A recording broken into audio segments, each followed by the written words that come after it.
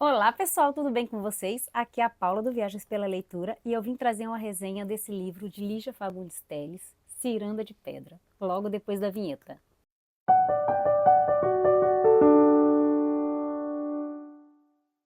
Antes de trazer um breve relato dos meus sentimentos lendo Lígia Fagundes Telles, eu gostaria de convidá-los a se inscrever no canal.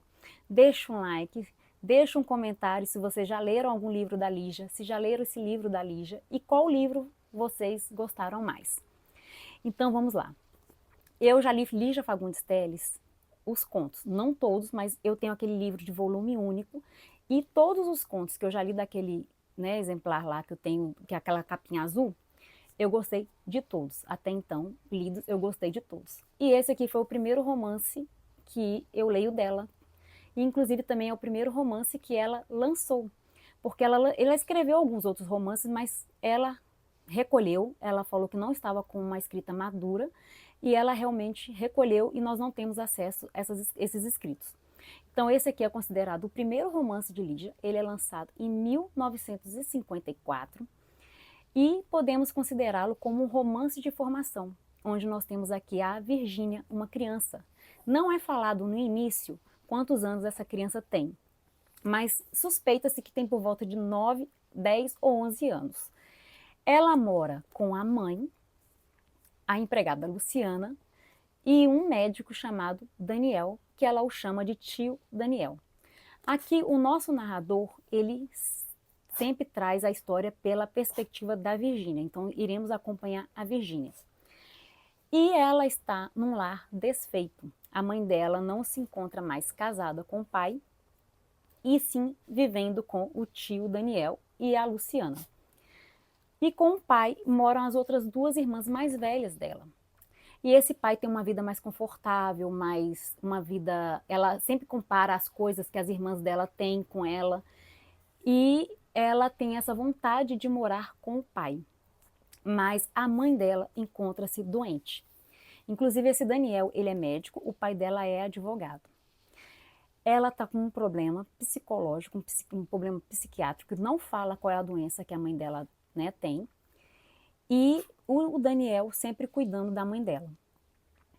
E aqui nós temos essa criança vivendo essa dualidade. Ela quer ir para a casa do pai, mas ao mesmo tempo ela não quer deixar a mãe que se encontra assim, né, numa situação doente. Ela está definhando. Ela não se alimenta bem, ela tem delírios, ela não pode ter esse convívio com a mãe, tanto que ela é vigiada constantemente para não importunar a mãe, não ir no quarto da mãe. A mãe não faz as refeições com ela. A Luciana não a trata bem, mas aqui também você percebe que a Virgínia também tem um quê de maldade, que ela também consegue ferir pessoas à sua volta. E ela tem essa vontade de morar com o pai. Como é a relação dela com esse tio Daniel? Ela, aqui pelo que eu percebi, ela não tem grandes carinhos e amor por esse tio Daniel, porque ela gostaria que a mãe e o pai voltassem a conviver, voltassem a morar juntos.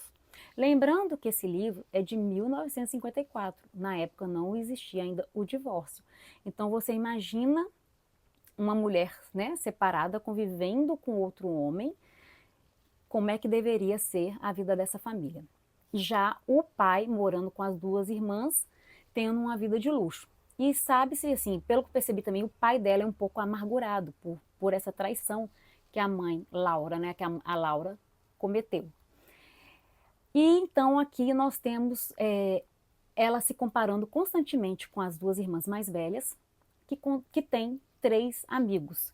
Então, o que nós podemos falar, o que eu sinto assim é o seguinte, esse livro é sobre pertencimento. A Virgínia, ela não se sente inserida em nenhum ambiente familiar, ou seja, nem na casa da mãe, com o tio Daniel, com a Luciana, e nem na casa do pai, com as duas irmãs mais velhas e esse grupo de amigos que tem, né, entre eles lá. E ela sempre se sente excluída, até pela idade, porque as irmãs são mais velhas, os amigos são mais velhos, então ela não consegue se inserir. E as irmãs também têm um certo preconceito da mãe pela atitude que ela, né, teve de trair, cometer adultério, que também é um assunto é um tabu naquela época. Então, é um livro que você terá que falando de traição, religião, pertencimento, mentiras, intrigas, fala sexualidade. Trata-se também de que ela pensa muitas vezes em tirar sua vida porque ela não está ali, ela não se vê se encaixada em lugar nenhum naquela família. E inclusive esse título, Ciranda de Pedra, é sobre uma... No jardim da casa do pai dela tem uns anãozinhos, né, que antigamente costumava ter uns anãozinhos de jardim. E eles são 5 anãozinhos que ficam com as mãozinhas próximas dos outros, formando uma ciranda.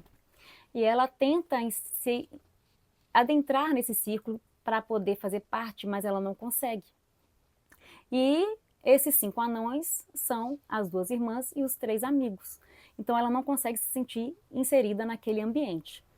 Na segunda parte, aí no finalzinho da primeira parte, ela vai morar com o pai e ela decide ir estudar num colégio interno.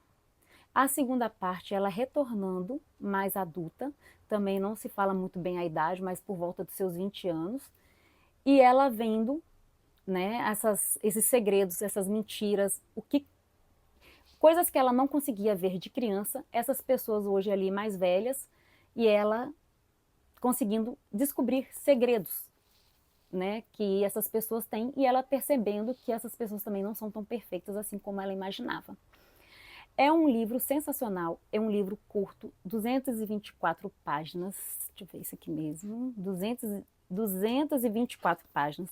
É um livro curto, eu achei a escrita da Lígia aqui tranquila, porque todo mundo fala que As Meninas é um livro mais complicado, tem muito fluxo de consciência. Aqui nós temos muitas metáforas, mas para mim foi perfeito. Eu li rapidamente esse livro, gostei muito, com certeza pegarei As Meninas e quero ler os outros romances da Lígia.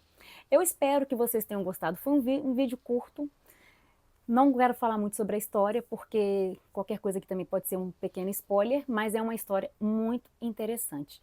Inclusive, esse livro, ele foi, né, adaptado para 2 novelas, se eu não me engano, uma na década de 80 e a outra na década de... deixa eu ver o que está aqui falando. 2008, está falando aqui atrás. Então, vale, assim, a pena a leitura desse livro, gente. E a Lígia, ela faleceu, né, em 2022, aos 103 anos. Nossa, uma vida linda, longa, uma mulher, assim, de superação. Inclusive, até indico vocês pesquisarem um pouquinho sobre a vida dela, porque ela foi uma mulher em tanto, né, como Clarice Lispector. Então, tornou-se um favorito. Espero gostar dos outros romances de Lígia e indico para vocês. Gente, muito obrigada por ter assistido até aqui. Se inscrevam novamente, né, pedindo novamente a vocês, se inscrevam no meu canal, deixe um comentário, qual o livro que você mais gostou e me indica aqui, tá bom? Muito obrigada e até mais. Tchau!